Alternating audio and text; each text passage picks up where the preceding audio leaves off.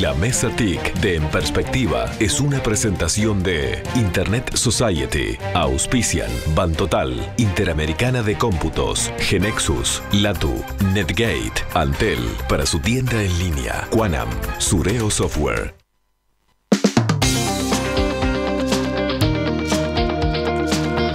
Internet de las cosas. La interconexión de objetos físicos valiéndose de Internet. Ese es el tema que estamos considerando, sobre el cual estamos aprendiendo en la Mesa TIC de hoy, en este 14 de noviembre de 2017. Nos acompañan Óscar Sagarzazú, subgerente general de Antel, Sebastián Vergara, arquitecto de soluciones y líder de Innovation Lab en IBM Uruguay, Jorge Pereira, director de Netgate y de Expand, y Nicolás Gutiérrez Brum, gerente de negocios corporativos en Microsoft Uruguay. ¿Qué es Internet de las cosas? Ya tratamos de definirlo, ya hemos avanzado en aplicaciones posibles en algunos terrenos, en particular en el doméstico, en el hogareño, pero también fuimos por otros lados, fuimos a la producción, por ejemplo. Podríamos ir a las ciudades, ¿no? La infraestructura de las ciudades. Las ciudades inteligentes, como le llaman. ¿Qué podemos manejar para que el oyente se acerque por ese lado? Bueno, creo que en las ciudades inteligentes los principales activos son, por un lado, el control de la iluminación, la gestión del transporte, la gestión de todo, tanto de la flota de transporte público, como el control de los semáforos. Energía, la cámara de vigilancia, tanto para la parte de seguridad como para el control de tránsito, que lo estamos sufriendo o hemos mejorado, digamos, la forma de conducir. Todo el tema acústico o sonoro, digamos, que es posible detectar o mapear una ciudad o un país con distintos colores para poder saber cuál es el grado de, digamos, de sonoridad o de contaminación acústica que hay. Es otro ejemplo bastante interesante. La contaminación del agua. Contaminación del agua. Y ahí hay un tema que está muy bueno decir, y algo Jorge dijo, es cuando ponemos la perspectiva en el usuario. Las ciudades las usan los ciudadanos. Entonces, es muy importante saber qué es lo que piensan esos ciudadanos. Creo que uno de los proyectos más lindos desde el punto de vista de hacer las ciudades más inteligentes es saber cómo las viven. Entonces, Microsoft tiene un proyecto de analítica de las redes sociales, a los efectos de poder estar en contacto con los ciudadanos a través de las redes, saber lo que piensan, inclusive responder y hacer respuestas proactivas a las situaciones que se dan, por ejemplo, en un pozo en una calle, algo que no se arregló, una pérdida de agua, determinadas características de sentido y enojos por el pago de impuestos. Ese tipo de sensaciones a través del análisis de las redes sociales tiene que ver también con el Internet de las cosas. Ahí, si me permites un poquito pasar un chivo, creo que es importante para ello tener una buena red. Entonces creo que el ecosistema digital que ha desarrollado Antel, también hay otros operadores que han contribuido sin duda, pero Antel ha desplegado una red de fibra óptica al hogar, que no solo se usa para el hogar, también se usa para conectar otros dispositivos como las cámaras de vigilancia u otros controles, servicios empresariales. Tenemos una red LTE, una red de cuarta generación, que además está permanentemente evolucionando, y no solo es en las ciudades, es a nivel de todo país. Entonces eso permite ser un país que puede ser modelo para el desarrollo de muchas de estas cosas. Mira, lo comparto mucho, Óscar, y de hecho, hacerles un comentario. Nosotros, Netgate como tal, arrancó con el Internet lo que hoy es Internet de las cosas, en el año 2007, si mal no recuerdo, que en aquel momento se llamaba domótica. Y está claro que estuvimos muy avanzados en la historia, ¿no? o en el cuento Y uno de los temas por los cuales sufrimos, si se quiere, era justamente que en ese momento no había una infraestructura de red como la que tenemos hoy. Está claro que hoy Uruguay es un país que prácticamente es líder mundial en cuanto a lo que es infraestructura de fibra óptica y sin ninguna duda también en cuanto a lo que es infraestructura de LTE o cobertura digamos, de conexiones de datos vía móvil. Y eso facilita enormemente la instrumentación de soluciones de esta categoría. Quedó claro ya a esta altura de la charla que Jorge es un usuario intenso de Internet de las cosas, ¿no? Bueno, todos somos. Tú sabes que sí. Él mismo en su casa. ¿Cómo es eso de que manejás la aspiradora de tu casa desde cualquier lado? Y es simplemente una aplicación, es una de las tantas... Tiene una aspiradora robótica en su casa. Exactamente, es una de las tantas cosas que podés encontrar, que básicamente esta es una aspiradora, cuando el botón se ilumina en verde, si tú lo presionaras, digamos, la aspiradora empezaría a andar. ¿Puedo apretar el botón? Sí. ¿Y pongo a funcionar la máquina de tu casa? Sí, ahí, pum, ya arrancó. Ahora te llaman desde la casa. Entonces, ahí lo que está sucediendo es que en mi casa la aspiradora salió a recorrer la casa y bueno, y está aspirando. Pero además de la aspiradora podría ser, y esto va para las mujeres, una trapeadora. La demostración podría ser mejor. Tendrías que tener acá las cámaras que van mostrando adentro de tu casa qué está pasando en este momento. Exactamente, también lo podrías tener, y lo podrías tener vinculado a la aspiradora, entonces te podría estar mostrando, digamos, por dónde va aspirando. Y tú podrías estar cambiando el sentido o el control. Bueno. Entonces si la apretás clean, apaga la aspiradora, por favor. Se te desbloqueó el celular. Se me bloqueó la pantalla. Apaga tu aspiradora, por favor. No, pero vamos al ejemplo bien apagado, simple que les habíamos sugerido a los oyentes como ejercicio. Tenemos en línea justamente a uno de los oyentes, una oyente en este caso, que se anotó, Virginia concretamente, que nos escucha en la ciudad de Rivera. Virginia, buen día. Sí, buen día. Mucho gusto, gracias por acompañarnos. El gusto es mío. Te pasaron las instrucciones, ¿no? Te tenían que dar, te daban una URL. Virginia, te habla Jorge, mucho gusto. Te tiene que haber llegado una URL, que es un link para que presiones ahí. Y una clave, ¿no? Y te queda un usuario que es iot@netgate.com.uy y luego una clave que la tienes ahí en el correo, ¿verdad? Sí. Bueno, cuando quieras dale a esa clave. Ingresá a la URL, ingresás tu usuario y clave que se te pasó por el tweet, y debería de aparecerte una interfase que dice WeHouse y dispositivos conectados. Este es el momento culminante. Sí. Correcto. Ya estoy haciendo. Entonces, ves que ahí hay uno que dice enchufe EUR-URU. Sí. Correcto. Y sobre la derecha hay como un botón blanco. Sí. Pulsalo arriba. ¿Estás en un celular? Sí. Pulsalo en el arriba. Ya lo pulsé. Bueno, y ya se prendió la luz que tenemos acá en el estudio. Nos echaste luz. Bueno, ahora si la pulsa de vuelta debería apagarse. A ver si funciona. A ver si nos apagás la luz, Virginia. Sí. Perfecto. Entonces ahí básicamente... Anduvo todo bien, sos una genia. Fíjate lo que acabamos de hacer, ¿no? Acabamos de comunicar a un oyente de Rivera, que desde Rivera controle la lámpara, la cafetera, el aire acondicionado, el calefón, de Montevideo, en Buenos Aires, en Tokio, en Estados Unidos. Y básicamente, ¿qué necesitaste? Un dispositivo inteligente, en este caso un enchufe que prende y apaga, y una aplicación y una conexión, en este caso móvil, y obviamente un dispositivo celular para poder... y se acabó. Virginia, ¿algún comentario a propósito de esta experiencia?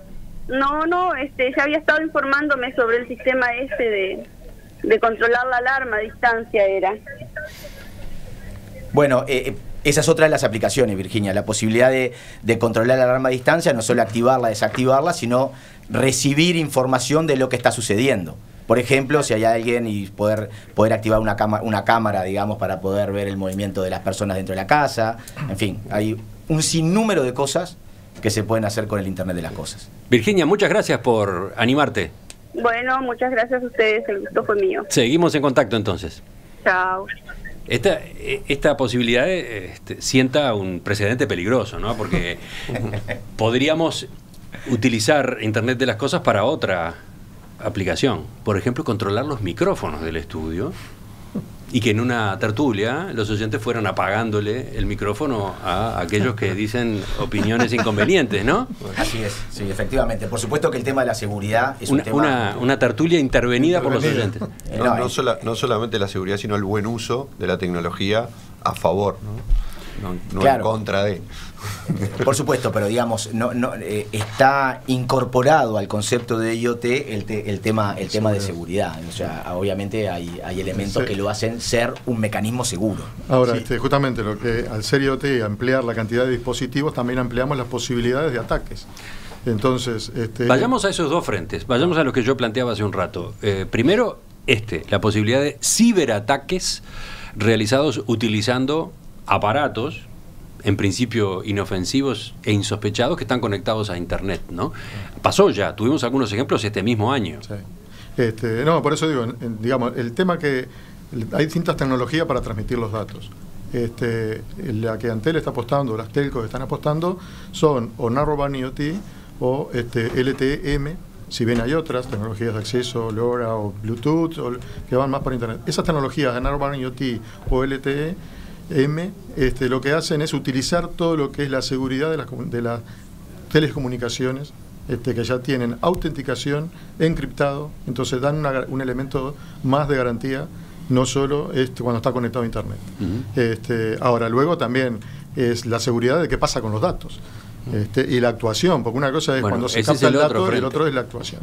Entonces ahí está toda la seguridad, está a nivel de data center o de las cloud. Y un punto que hablaron también. Quiero recordar cómo fueron esos ciberataques que se produjeron hace un tiempo, ataques masivos en los cuales el hacker, por llamarlo de alguna forma, lo que hacía era utilizar para llevar a cabo el ataque una inmensa cantidad de dispositivos distribuidos por el mundo que están conectados a Internet y a los cuales se puede entrar fácilmente porque hay un descuido en la password, ¿no? en la clave.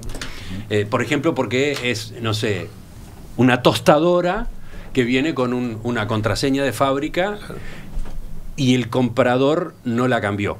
Entonces se sabe cuál es la contraseña de fábrica. Aprovechando esas vulnerabilidades, hubo quien utilizó un ejército de estos aparatos para a su vez atacar los servidores de una compañía, un hospital, etcétera, ¿no? De eso se trata. Tenemos ese problemita. Contamos. De hecho, un comentario que muy relacionado con eso, ¿no? Ahí lo que se está haciendo es distribuir el poder de cómputo en los N dispositivos que hoy tienen justamente mucho más que simplemente la capacidad de envío de datos, sino que tienen la capacidad de procesar datos también. Y ahí muy relacionado con lo que veníamos hablando antes de en dónde se realiza el análisis de los datos. Una posibilidad es que el dispositivo envíe los datos a una plataforma y la plataforma realice el análisis. Otra posibilidad es que el mismo dispositivo sea capaz de realizar la acción analítica y dar recomendaciones o justamente, no sé, vincular datos o cosas por el estilo. Justamente, ¿por qué? Porque los dispositivos tienen esa capacidad de cómputo hoy mucho más grande de lo que tenían hace un montón de tiempo. Y muy relacionado esto... Y desde el punto de vista entonces de la ciberseguridad, ¿cuál es el mejor camino? Justamente, muy relacionado esto con lo que decían, es importante la seguridad a nivel de la red, sumamente importante, pero también es sumamente importante la seguridad a nivel del dispositivo mismo y la seguridad a nivel de la plataforma y de cómo quedan almacenados esos datos. Esos son dos aspectos o tres aspectos que son sumamente claves para la seguridad de esto. Las plataformas deben brindar no solo facilidad para que los usuarios puedan instalar, conectar, etcétera, los dispositivos, sino también para después justamente gestionar la información, poder banear dispositivos, es decir, este y este dispositivos no se pueden conectar. Para eso es sumamente importante también identificar de forma unívoca los dispositivos. O sea, hay un conjunto de cadenas que se van dando que son sumamente importantes para garantizar la seguridad. Hay un punto importante en auto autónomo, por ejemplo. Los autos autónomos es lo donde se está pensando llevar la inteligencia más cerca, porque obviamente no puede depender para una conducción de transmitir datos a la nube, de analizarlo y que se pierda en determinado momento la conexión. Entonces, ahí cierta inteligencia tiene que estar en el auto. Entonces, es muy importante la seguridad que tenemos que dotar a ese dispositivo. Ahí como comentario, y no quiero eludir la pregunta que hiciste sobre la seguridad en la plataforma. Microsoft hoy cuenta con más de 100 data centers en 40 locaciones en donde se procesan todo este tipo de información, ya sea IoT o otro tipo de infraestructura, plataforma y software como servicio.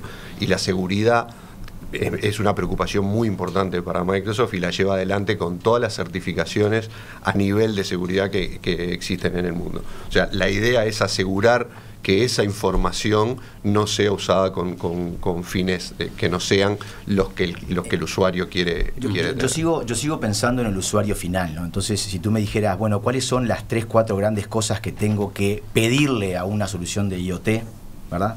Yo te diría que no lo pongo en un orden de prioridad, sino simplemente las menciono. En primer lugar, la usabilidad.